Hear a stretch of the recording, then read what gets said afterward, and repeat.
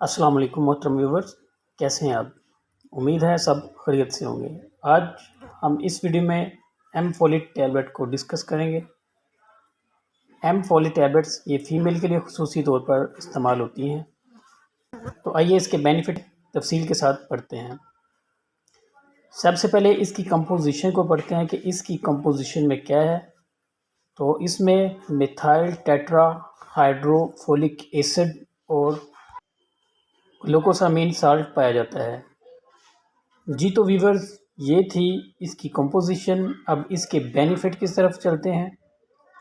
جن فیمیل کا حمل مثبت نہیں بنتا، ان فیمیل کے لیے ان ٹیبلٹس کا استعمال بہت مفید ہے، یعنی کہ جن خواتین کی پریگننسی پازیٹیو نہیں ہوتی تو ان کے لیے یہ ٹیبلٹ بہت مفید ہیں، وہ اس کے لیے استعمال کر سکتی ہیں۔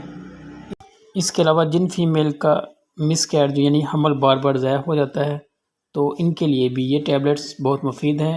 انشاءاللہ اس کے استعمال سے مس کیریج نہیں ہوگا اور پریگننسی بھی پازیٹیو ہو جائے گی۔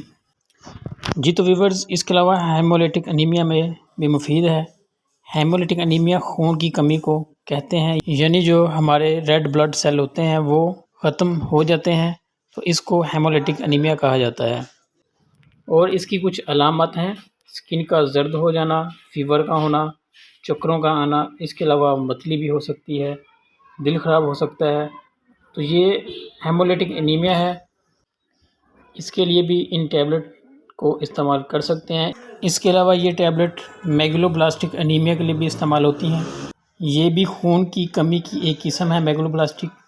یہ بون میرو یعنی ہڈیوں کی جو بون میرو ہے وہ ریڈ بلڈ سیلز پروڈیوس کرتے ہیں، تو جب یہ ایک نارمل بلڈ سیل پروڈیوس کرتے ہیں تو اس کو میگلوبلاسٹک انیمیا کہتے ہیں۔ اس قسم کے بلڈ سیلز ہوتے ہیں جن کا سائز جو ہے وہ لارج یعنی بڑا ہوتا ہے، تو اس کو بھی میگلوبلاسٹک انیمیا کہتے ہیں۔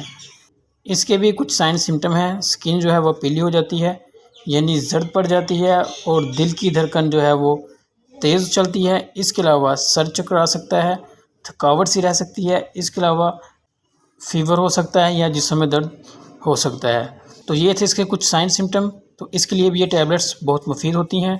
جی تو ویورز، اب اس کے ممکنہ سائیڈ ایفیکٹ کو جانتے ہیں کہ اس کے استعمال سے کیا سائیڈ ایفیکٹ ہو سکتے ہیں۔ تو اس میں آپ کا دل خراب ہو سکتا ہے، بھوک میں کمی ہو سکتی ہے، اس کے علاوہ پیٹ میں گیس بن سکتی ہے، پیٹ میں درد ہو سکتا ہے اور الٹی آ سکتی ہے۔ اگر آپ کو اس کے استعمال سے یہ سائیڈ ایفیکٹ محسوس ہوتے ہیں تو آپ اس کا استعمال بند کر دیں اور ڈاکٹر کے مشورے پر ہی دوبارہ اس کو استعمال کریں۔ ان ٹیبلٹس کو احتیاطی طور پر فولک ایسڈ کی کمی کے لیے استعمال کر سکتے ہیں۔ ان کے استعمال سے انشاءاللہ فولک ایسڈ کی کمی نہیں آئے گی۔ جی تو ویورز، اب اس کی کنٹرا انڈیکیشن کو جانتے ہیں کہ کون سے لوگ ان ٹیبلٹس کا استعمال نہیں کر سکتے۔ ہائپر سینسٹیو لوگ اس کا استعمال نہ کریں، یعنی وہ لوگ جو اس کی کمپوزیشن سے الرجی رکھتے ہیں وہ لوگ اس کا استعمال نہ کریں۔ اب اس کی ڈوز کس طرح سے ہم لے سکتے ہیں؟ اس کو کھانے کا طریقہ یہ ہے کہ ایک گولی روزانہ کھانے کے بعد استعمال کریں۔